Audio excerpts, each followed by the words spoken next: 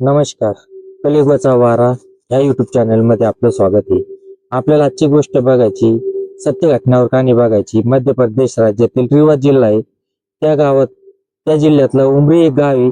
त्या गावात राम सुशील नावाचा एक तरुण राहत होता. आता तरुणाचं काय होईल होतं, पहिलं प्रथम त्या तरुणाविषयी बघूया. कष्टाळू आणि अतिशय मेहनती, कामाशी काम करणारा, मितभाषी आणि आपलं कामाशी काम करणारा असा हा युवक होता. पण त्याचं काय झालं, त्याचं लग्न झालं आणि 5-6 वर्षातच त्याची पहिली जी पत्नी होती ती कोरोनाच्या मध्ये निधन पावली. आणि निधन पावल्यानंतर आता ती 40 म्हणजे अर्ध आयुष्य तसं राहिले, अर्ध आयुष्य काढायचंय. मग कसं काढायचं भाऊ एकट्यानं? आपले लेकरू बाळ नाही, काय नाही, काय नाही. आणि आपल्याला कोणीतरी जोडी असावा, एक संगती असावी. त्याच्यामुळे त्यानं शोधाशोध सुरुवात केली. आता तो काय करू लागला, नातेवाईकाला, मित्रमंडळी चौकट त्यांनी शोधाशोध केली आणि त्याला असंच एक स्थळ चालून आलं. आज ते स्थळ रंजनाचं होतं. रंजनाचं स्थळ चालून आलं, त्याला पटापटी झाली, दोघांना पण आवडलं. कारण की रंजना पण ही एक पहिल्या घरी नवऱ्याने टाकून दिलेली होती. नवऱ्याने टाकून दिलं होतं, काही कारणास्तव टाकून दिलं होतं. आता तिला पण काहीतरी एका साथीदाराची, एका जोडीदाराची तिला पण आवश्यकता होती आणि याला पण एक आवश्यकता होती. आता दोघायला आवश्यकता होती. दोघा जणांनी लग्न केलं. समाजाच्या रीतिरिवाजानं, समाजाच्या सर्व साक्षीनं त्यांनी लग्न केलं. घरी आले. घरी आल्यानंतर 4-5 महिने चांगले सुखाचे आणि समृद्धीचे गेले. कारण दोघं पण अनुभवी खिलाडी होते. स्वयंपाकाचं काही टेन्शन नाही, कशाला टेन्शन नाही, चांगलं चाललं. पण हा जो राम सुशील होता, याचं कसं होतं गावात कमी, कारण की वडीलोपार्जित शेती तर होतीच, पण त्याचं काम तो बाहेर गावी करायचा. आता मध्य प्रदेश आहे, तुम्ही विचार करा, महाराष्ट्र नाही येतो. आता तिथं कसं आहे, आपल्या इथं सुफलाम महाराष्ट्र आहे, तसं प्रत्येक राज्य नाहीये. तसं त्या राज्यात दुसऱ्या गावात जाऊन काम करावं लागत होतं. आता दुसऱ्या राज्यात दुसऱ्या गावात गेल्यानंतर तो कमीत कमी 15-15 दिवस, 8 ते 15 दिवस तो कसाच घरी येत नसे. आता ही काय राहायची, रंजना घरी एकटीच राहायची. आता रंजनाचं वय 25 होतं त्यावेळेस. म्हणजे 30 पर्यंत, हा 40 पर्यंत, म्हणजे 9-10 वर्षाचा फरक होता. आता या दोघा जणांचं लग्न लागलं. पण आता ही पण अनुभवी, पहिला तिच्या घरचा पहिला अनुभव, पुन्हाही त्याला अनुभव. आता दोघा जणांना ताटातूट झाली. पण त्याच्यात काय होतं, आता याची वडिलोपार्जित शेती आली. शेती आल्यानंतर म्हणल्यानंतर शेतीला बांधा शेजारी आलाच. आता कोणी असे काही असते तर चीन, जसा चीन देश आहे, त्याच्या पोटचे काही ना काही असते, बळजबरी बांध करणार, ते त्याला म्हणणार, असं तसं ते चालूच असतं. हे लोक तसे असते, कारण हे चीनच्या लाल तोंड्या माकडाच्या पोटचे समजायचे, आपल्या भारताच्या पोटचे नाही. कारण त्यावेळेस काही चिनी प्रवासी आले असेल, त्यावेळेस त्यांच्या काहीतरी त्यांच्या डीएनए मध्ये काहीतरी भेसळ असेल, असे ते लोक असतात. असाच मग त्याचा शेजारचा होता.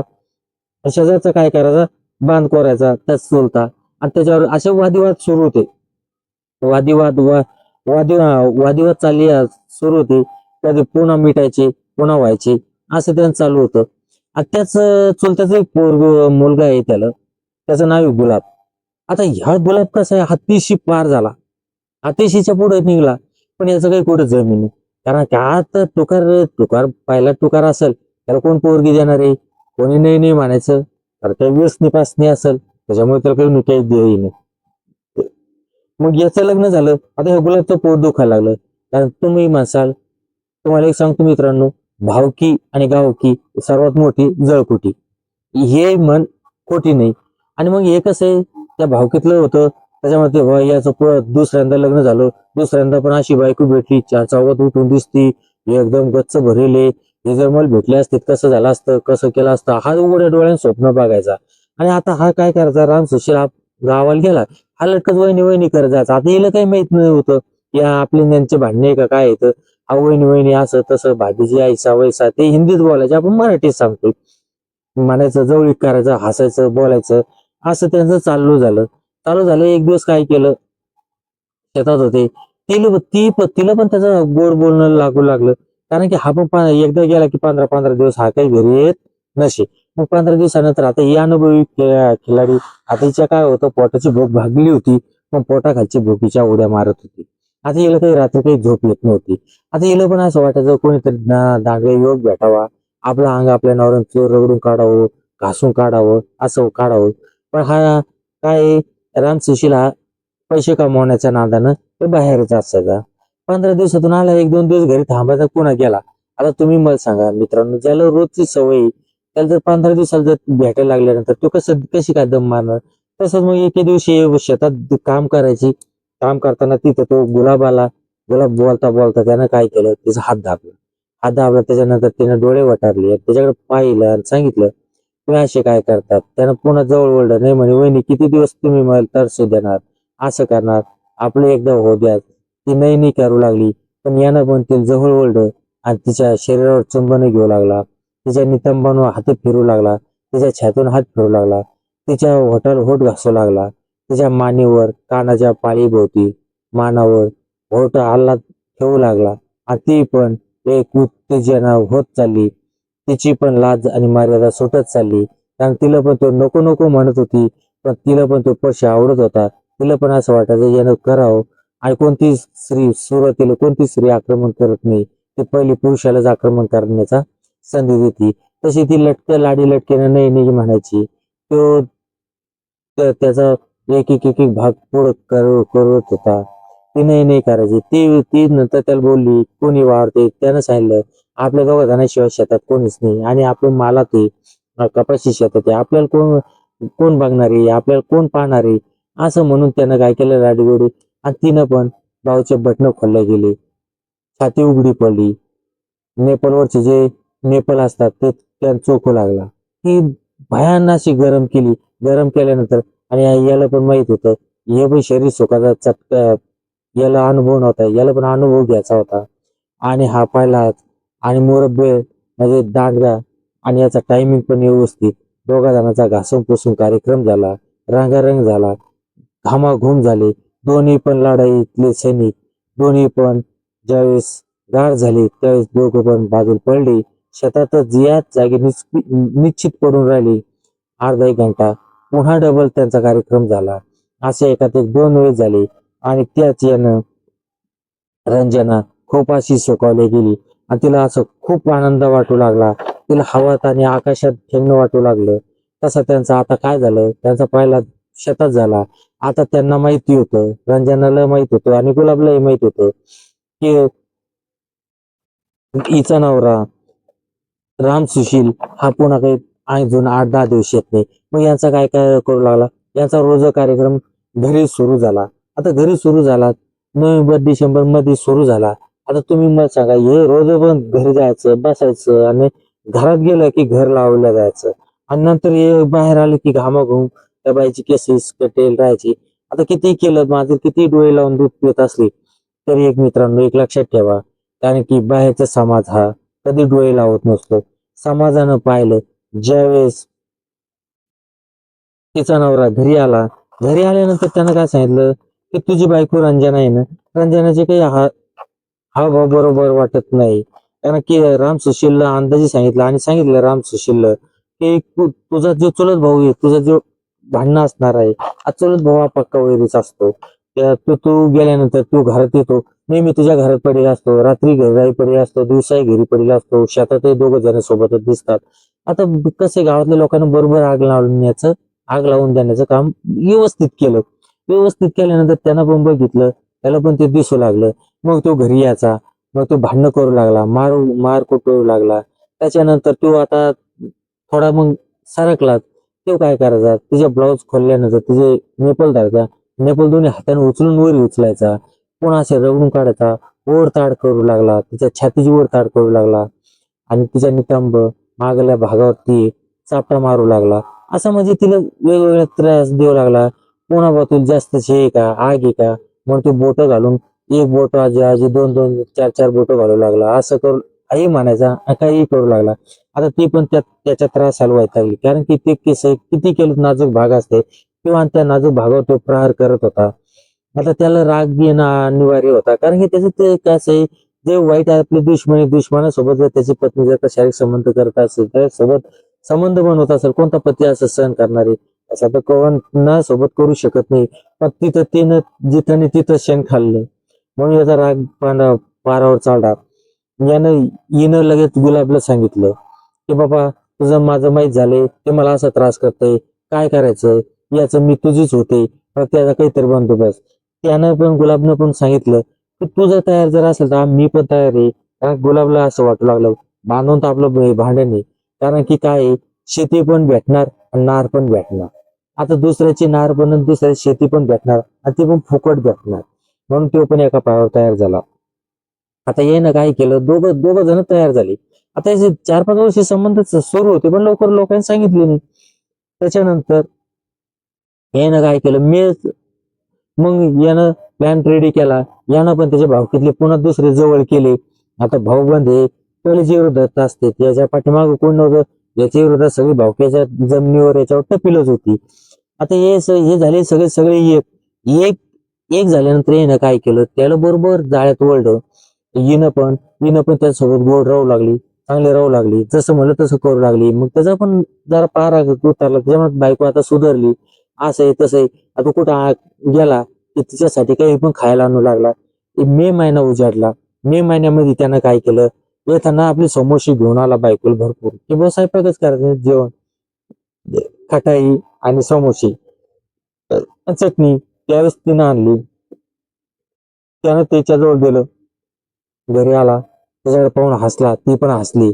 बायकोच्या हातात दिलं, तो सोफ्यावर बसला आणि बायको आत गेली. आत गेल्यानंतर बायकोनं बघितलं, नवरा सोफ्यावर बसून टीव्ही बघतोय. आता त्याला आपण चहा द्यायचा आणि समोसे द्यायचे. हिनं काय केलं, समोसे फोडले, 4-5 समोसे प्लेटमध्ये काढले आणि एका प्लेटमध्ये खटाई प्लस चटणी, आणि त्याच्यात काय केलं तिनं, विषाची बॉटल त्याच्यात कालवली आणि त्याला दिली आणि त्याच्याकडे स्मित हास्य केलं आणि निघून गेली. आता ती चोरून बघायची खातो का. त्यानं पहिला समोसा खाल्ला, त्याला थोडा कडवट लागला, पण त्याच्यामध्ये काहीतरी प्रॉब्लेम असेल, जाऊ दे तिकडं.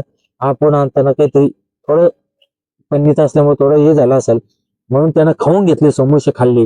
विचार करा, विश्वास किती त्याच्या बायकोवर, कडवट लागलं तरी त्यानं खाल्लं.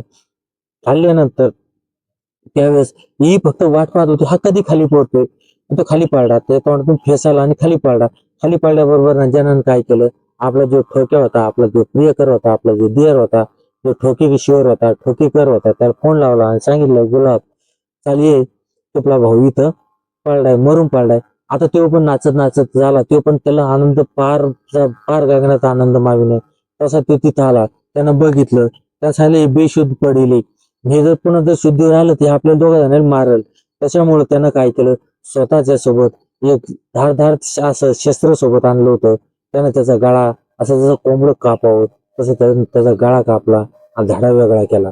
धाडा वेगळा केल्यानंतर त्या म्हणतात इथं बॉडी काय झाली, असं तर काही तर सांगितलं गेलं असतं, विषबाधा झाली, पण आता करायचं काय.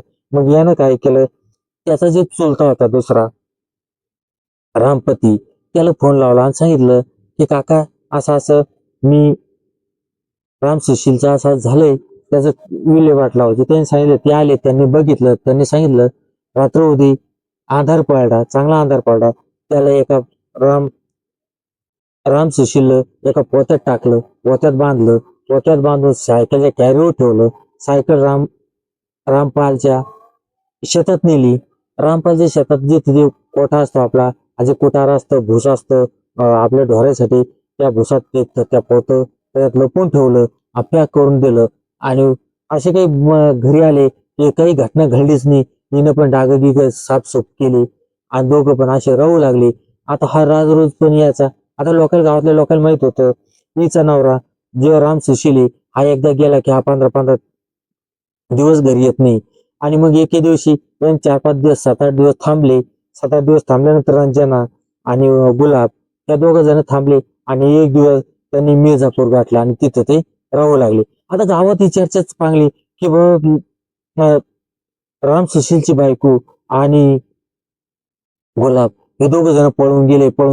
पण लोकांना काय घेणं देणं, त्या समाज तिचा नवरा येईल ते त्या मॅटर पाहत बसल, आपल्याला काय उठा ठेवा आणि बड खाली देवा, असं म्हणून ते पण गुपचूप बसले. फक्त गावात चर्चा करायची, गावापुरती चर्चा करू लागली. मग हा रामपतीने तिथं टाकलं, त्याचे 2 मुलं होते, यांनी टाकलं. यांनी तिथं टाकल्यानंतर त्या भुसाऱ्यात, त्याच्यानंतर जसं जसं ते भूस संपत आलं, ते कुठार संपत आलं आणि दिवस उगवला. ऑक्टोबर महिन्यात ते कुठार संपत आलं. आता ते सडून भात झालं होतं, तर काही मांस काही तुकडे ताकडे राहिले होते. तिथं वास येत होता, कारण त्यानं प्लॅस्टिक बांधलेलं होतं की वास येऊ नये. तिथून तो भुसाण्याचे पहा किती लोक चित्र विचित्र आहे. त्याचा पुतणी आहे एक, त्या ठिकाणी त्यानं मारून ठेवेल. तिथून तो भूस पोटात ढोरायला टाकतो, बैलाला टाकतो खायला आणि त्या वासातून. पण त्यानं काही केलं नाही. आणि ऑक्टोबरचा महिना आला, जसं जसं त्याचं कुठं संपत आलं, ते पोतं उघडं पडलं. त्यानं ते पोतं धरलं आणि आपल्या शेताच्या नाला असतो त्या नाल्यात नेऊन टाकून दिलं. त्याच्यामुळे पुराचं पाणी येईल आणि हे वाहत जाईल लांब. कारण कोणाला पता लागला नाही. कारण मे, जून, जुलै, ऑगस्ट आता 5-6 महिने होत आले. हे नाही घेतलं. पण काय नियतीच्या मात एक डाव असतो, तसा नियतीने तिची चाल खेळली आणि ते पोतं दूरपर्यंत वाहून नाही गेलं. गावाच्या शेजारच्या एका झुडपात अडकून बसलं. आणि ते झाले जे आपले गावठी कुत्रे असतात, हे गेले वासानं आणि त्यांनी ते पोतं फाडलं. पोतं फाडल्यानंतर त्याच्यात ते मानवी हाडं दिसू लागले. लोकांनी ते मानवी हाडं बघितल्यानंतर ताबडतोब पोलीस स्टेशनला कळवलं. तिथल्या पोलीस पाटलांनी. पोलीसवाले तिथं ताबडतोब आले. त्यांनी ते पोतं काढलं, सोडलं, बॉडीचा पंचनामा केला आणि बॉडी PM ला पाठवली. आणि परिसरात विचारलं, इथं कोण हे गावातल्या लोकांनी सांगितलं की जो राम सुशिले हा काही दिवसापासून बेपत्ता आहे. कारण हा काही दिसला नाही. आणि त्याची बायको ही मिर्झापूरला तिच्या दिरासोबत गुलाब सोबत राहते. हे असं काय गोंड बंगाली. त्यावेळेस पोलीसवाल्यांनी मस्तपैकी रीतशीर आणि व्यवस्थित पैकी दोघांची पालखी उचलली आणि पोलीस स्टेशनला आली. ज्यावेळेस बाईला विचारलं त्यावेळेस बाई सुरुवातीला ओढवडीची उत्तरे देऊ लागली. पण तुम्हाला मित्रांनो म्हणतात ना, वेळ आल्यानंतर पायली भरल्यानंतर पायली भरतेच. तशी ही गोष्ट झाली. ज्यावेळेस PSI न आपल्या लेडीज कॉन्स्टेबलला हुंकवलं आणि त्यांनी पोलिसी खाक्या दाखवतात ही बाई पोपटासारखी बोलू लागली आणि वरील प्रमाणे वृत्तांत तिनं जसाच्या तसा पोलीसवाल्यांना सांगितला की कसं आहे, काय आहे, कोण झालं. मित्रांनो बघून घ्या. भावकी, त्याच्यामुळे मी कधी सांगत असतो, भावकी आणि गावकी याच्यावर कधीही विश्वास ठेवू नका. कारण तुम्ही बसलेल्या झोपलेल्या कुत्र्यावर विश्वास ठेवा, वाघावर विश्वास ठेवा, तुम्ही बिबट्यावर विश्वास ठेवा, पण भावकी आणि गावकी याच्यावर विश्वास ठेवू नका. आता याच्यानंतर त्यांनी कोणाकोणाला पकडलं. पोलिसवाल्यांनी ताबडतोब मग राम सुशीलाच्या हत्येच्या प्रमाणात म्हणजे 45 वर्ष वय होतं त्यावेळेस हत्या झाली. त्यावेळेस त्याच्या हत्येच्या याच्यात रंजना, त्याची बायको रंजना वय वर्ष 40, गुलाब वय वर्ष 35, अंजनी वय वर्ष 38, रामपती वय वर्ष 68 यांना अटक केली. आता एकंदरीत हे अटक केले. आणि रामपालचे पोरं सूरजपाल आणि गुड्डूपाल हे दोन्ही फरार झाले. आणि फरारी कवरच राहणारे, एक ना एक दिवस ते पण पकडले जाणारे बघा. कारण की दुसऱ्याची स्त्री आणि दुसऱ्याच्या जमिनीवर इस्टेटवर डोळा ठेवल्यानंतर कसं वाटलं होतं. कारण की हे कसेच सुटू शकत नाही. किती त्याची केस कोणी नाही लढायला नसलं तरी पण हे मोकळ्या मनानं 15 ते 20 वर्षापर्यंत सुटू शकत नाही. आता हे रामपाल ते 68 वर्ष हे तर जेलमध्येच मारणार आहे. आता ही काय आहे? ही रंजन आहे, ही 15-20 वर्षानंतर आल्यानंतर 60 वर्ष हिचे काय राहणार आहे. तर ते 40 हे 35 वर्ष झाले, ते 55 वर्षानंतर याचं लग्न होणार आहे का? काहीच होऊ शकत नाही मित्रांनो. त्याच्यामुळं मी हात जोडून सांगतो, जेवढे अनैतिक संबंधापासून दूर असतात तेवढे राहण्याचा प्रयत्न करावा. एवढेच मी या व्हिडिओच्या माध्यमातून आपल्याला सांगू शकतो. जय हिंद, जय भारत.